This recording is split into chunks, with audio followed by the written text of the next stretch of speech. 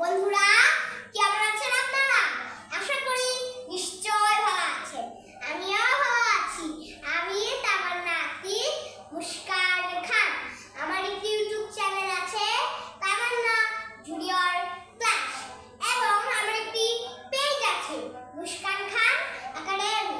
আপনারা তাইতে দেখবেন, ঠিক আছে? তাহলে আজকে আমরা শিখব ইউনিট 30 ট্রিজ এন্ড প্লান্টস, গাছপালা, পার্ট 9 নম্বর। পার্ট 9 নম্বরে কি বলেছে? অশ্বত্থ গাছ, পিপুল ট্রি। পিপুল ট্রি এটা দিয়ে অনেক প্রকারের ওষুধ বানানো হয়। এটা দিয়ে কাশির সিরাপ বানানো হয়, এছাড়া অন্য অনেক ওষুধ বানানো হয় শ্বাসকষ্টের, ঠিক আছে?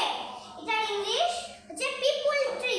পিপুল ট্রি, PEEPUL, পিপুল ট্রি, ঠিক আছে? এরপর আছে দেবদারু গাছ। দেবদারু গাছ ওই যে এক্সমাস ট্রি আছে না, বড় দেখতে, ওটার মতোই লম্বা, ঠিক আছে? এরপর আছে চারা গাছ। চারা গাছ, প্লান্ট। প্লান্ট, PLANT, প্লান্ট, ঠিক আছে? অর্থ চারা গাছ, ঠিক আছে? তো ফ্রেন্ড, আমরা তো বললাম, তাই তো? আপনারা পৃথিবীর যেখানেই আছেন, ছোট বড় সকলে আমার এই ক্লাসটিকে দেখবেন, এবং আপনারা যারাই আছেন, তারা যদি বাংলাদেশ থেকে বিদেশে যারাই যান, তারা যদি বাংলা জানেন, তার জন্য ইংলিশ জানেন না, তাই জন্য তারা মন দিয়ে আমার এই ক্লাসটিকে দেখলে আপনি অবশ্যই ইংলিশে কথা বলতে পারবেন। তাহলে চলুন কথা না বাড়িয়ে মূল ক্লাসে চলে যাই। অশ্বত্থ গাছ।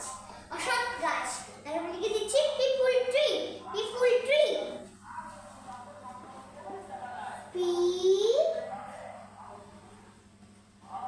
PEOPLE,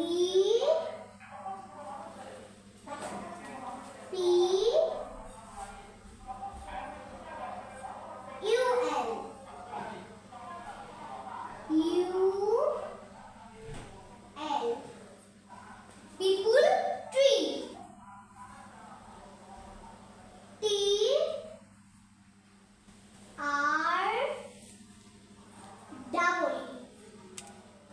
Tree, peepal tree, peepal tree অর্থাৎ অশ্বত্থ গাছ, ঠিক আছে? এরপর আছে দেবদারু গাছ।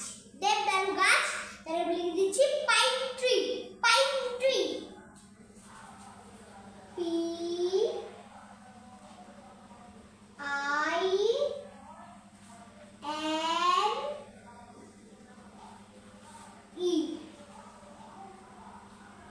Pine tree.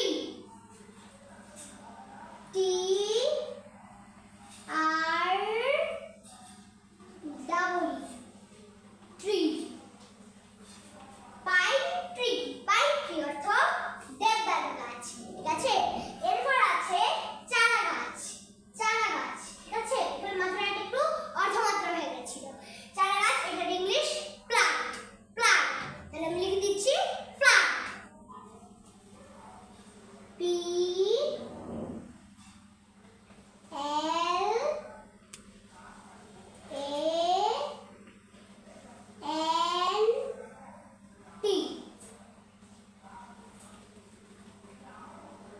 চারা গাছ, প্লান্ট, ঠিক আছে? তো ফ্রেন্ড, তাহলে চলুন আজকে আমরা একটু পড়ে নিই। ইউনিট 30 ট্রিজ এন্ড প্লান্টস, গাছপালা, পার্ট 9 নম্বর।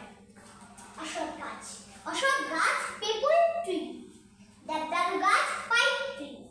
চারা গাছ, প্লান্ট, ঠিক আছে? তো ফ্রেন্ড, আপনি যদি আমার এই ক্লাসটিকে ভালোবেসে থাকেন, তাহলে অবশ্যই লাইক দেবেন, আর যদি লিখতে জানেন তাহলে